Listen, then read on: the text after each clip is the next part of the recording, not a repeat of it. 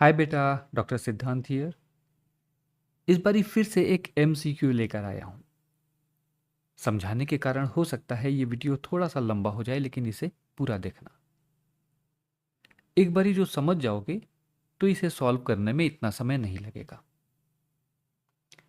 सवाल में कह रहा है कि अगर मटर का एक ड्वार्फ प्लांट जिसकी फ्लावर पोजीशन टर्मिनल हो 100 ऑफ स्प्रिंग्स देता हो, उनमें से 50 पौधे लंबे हों और उनकी फ्लावर पोजीशन एक्सियल हो, जबकि बाकी के 50 पौधे भी लंबे हों लेकिन उनकी फ्लावर पोजीशन टर्मिनल हो, तो वो जानना चाहता है पेरेंट का जीनोटाइप क्या होगा।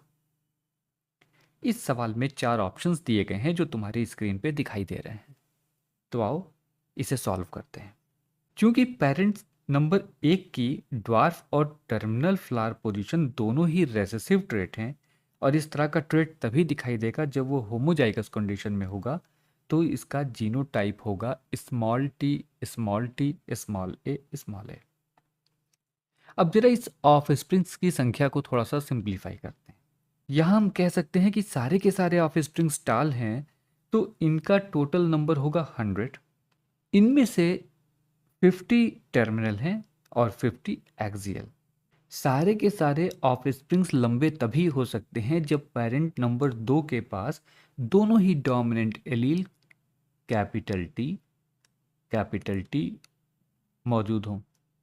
ये डोमिनेंट एलील पेरेंट संख्या 1 के स्मॉल टी को मास्क कर लेंगे और जीनोटाइप बनाएंगे कैपिटल टी स्मॉल टी। इससे बनेंगे लंबे ऑफ स्प्रिंग्स, तो ये होंगे सारे के सारे टॉल।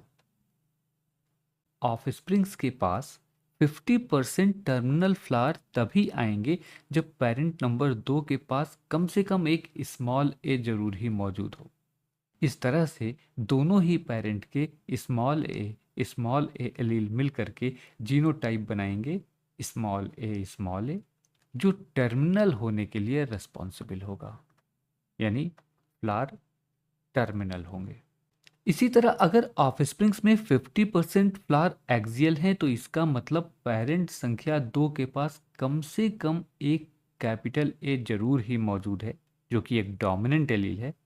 ये कैपिटल ए स्मॉल ए को मास्क करके एक्सियल फिनोटाइप देगा, तो यहाँ पर जो फ्लावर की पोजीशन होगी वो एक्सियल आएगी। इस तरह से हमें पेरेंट नंबर 2 का जीनोटाइप मिल गया है, और हमारा करेक्ट ऑप्शन है option number 2, capital T capital A small a. उम्मीद है ये सवाल समझ में आ गया होगा। अगले किसी वीडियो में एक नए सवाल के साथ आऊँगा। तब तक के लिए बाय बाय, टेक केयर।